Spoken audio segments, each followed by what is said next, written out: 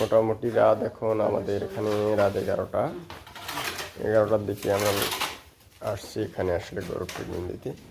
Lumpy skill disease যেটা লেখা আছে এটা একদম সুস্থ দিকে আসছে, এটার আর কোনো সমস্যা নাই। বাছুরগুলো অন্য অন্য বাছুরের তুলনায় এই বাছুরটা অনেক ভালো আছে, কারণ এটা তো একটা দুইটা উঠছে। বেশিরভাগ সমস্যা এইটা, এটার পায়ে উঠছে, এটা পায়ে ব্যথা করতেছে। ঠিক আছে, এটাতে বাঁধতেন সমস্যা নাই। এগুলা পা ফুলাগুলা যেগুলো সেগুলো সমস্যা বেশি একটা হয় না। আসলে এটাতে আমি ব্যবহার করছি এলএ ইঞ্জেকশন,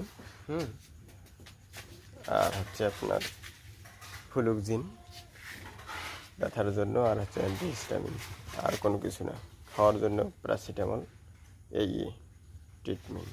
আশা করছি আমি ফল পেয়ে গেছি এখন। এই মারাত্মক